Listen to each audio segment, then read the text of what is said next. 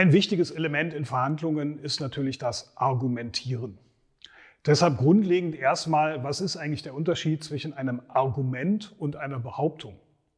Eine Behauptung ist einfach eine Aussage ohne Begründung. Eine Behauptung kann ich also sehr schnell aufstellen, muss mich dann aber nicht wundern, wenn der andere die auch schnell zerpflückt oder einfach eine Gegenseite aufstellt, eine Gegenbehauptung, und dann gibt es so ein Ping-Pong-Spiel, was in der Regel auch nicht weiterbringt. Ein Argument ist dagegen eine Aussage mit einer mitgelieferten Begründung. Das heißt, ich muss sie schon noch mit anbringen, wenn ich weiß, ich habe da eine Begründung, ja, und stelle aber trotzdem erstmal nur eine Behauptung auf, verzögert der unnötig den Prozess und hat was von Geheimniskrämerei, braucht keiner. Also wenn es ein Argument gibt, dann immer zur Aussage die Begründung mitliefern. Es gibt eine einfache Logik auch, wie man ein Argument dann gut rüberbringen kann, und das ist so die sogenannte Viererkette. Die Viererkette startet mit einer Aussage, liefert dann die Begründung, macht sie dann nochmal bildhaft und beschreibt auch gleichzeitig eine Folge. Ein Beispiel. Aussage könnte zum Beispiel sein: Ich würde diese Maschine nicht mit diesem Material bauen.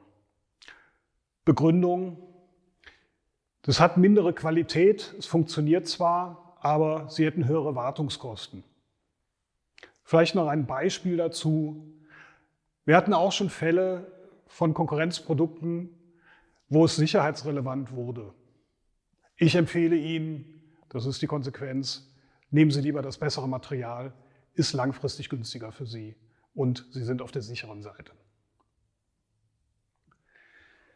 Eine weitere Möglichkeit zu argumentieren ist das sogenannte Einerseits-Andererseits-Schema. Das heißt, ich liefere nicht nur die Begründung, sondern mache hier noch zwei Varianten auf. Es kommt also erst wieder die Aussage, dann einerseits bestimmte Aspekte, andererseits bestimmte Aspekte, dann mache ich selbst eine Abwägung und stelle sie zur Verfügung und mache dann eine Schlussfolgerung. Ein Beispiel hierzu. Wir könnten diese Maschine gut mit diesem Material auch bauen. Einerseits wäre für Sie der Vorteil, es wäre insgesamt erstmal kostengünstiger. Andererseits haben wir die Erfahrung, dass es auch einen höheren Wartungsaufwand haben wird und zum Teil kann es auch manchmal sicherheitsrelevant werden, wenn bestimmte Teile vielleicht nicht mehr so schnell funktionsfähig sind. Deshalb würde ich Ihnen empfehlen, nehmen Sie lieber die etwas teurere Maschine, die wird langfristig für Sie günstiger sein und Sie sind auf der sicheren Seite.